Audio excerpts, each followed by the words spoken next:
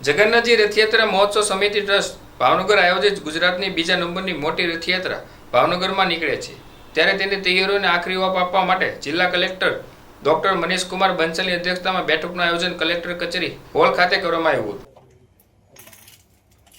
આપણે additional city engineer સાહેબ અત્યારે ઉપસ્થિત છે, એમની સાથે હું પર્સનલ પણ વાત કરી।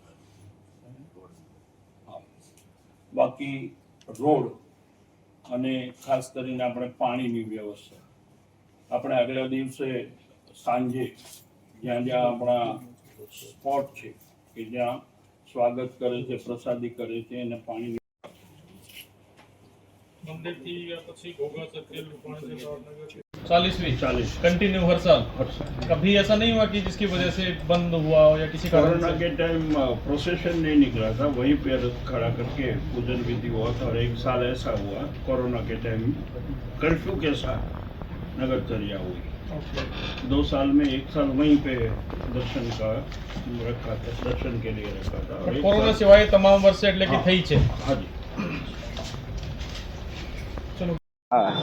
આગામી 27 જૂનના રોજ ભાવનગરની અંદર 40મી ભગવાન શ્રી જગન્નાથજીની રથયાત્રાનું આયોજન કરવામાં આવેલ છે, જેના અનુસંધાને માનનીય જિલ્લા કલેક્ટર શ્રીની અધ્યક્ષતામાં આજરોજ આયોજન સમિતિ અને જુદા જુદા વિભાગના તમામ અધિકારીશ્રીઓ સાથે ચર્ચા વિચારણા, કાયદો અને વ્યવસ્થા વગેરેની બાબતોની આજ મિટિંગ યોજવામાં આવી હતી, જેમાં માનનીય કલેક્ટર સાહેબે જે કાંઈ અમારા સૂચનો હતા તેના અનુસંધાને જે તે વિભાગના અધિકારીશ્રીઓને એ આદેશ પણ આપ્યા હતા અને આગામી રથયાત્રા ભાવનગરની અંદર રંગે ચંગે ભવ્ય રીતે નીકળે એની સફળતા પણ એમણે શુભેચ્છા પાઠવી હતી।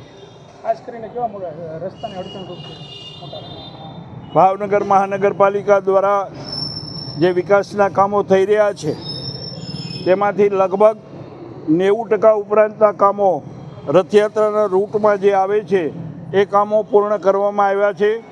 બાકીના જે 5-10% અને વરસાદ અત્યારે જે પડ્યો એના કારણે જે રોડની અંદર કાંઈ પણ ડેમેજીસ થયા છે એના માટેનું રિપેરિંગની પણ અત્યારે ચર્ચા કરવામાં આવી છે। રૂટમાં ક્યાંય પણ જગ્યાએ ફેરફાર થઈ શકશે નહીં।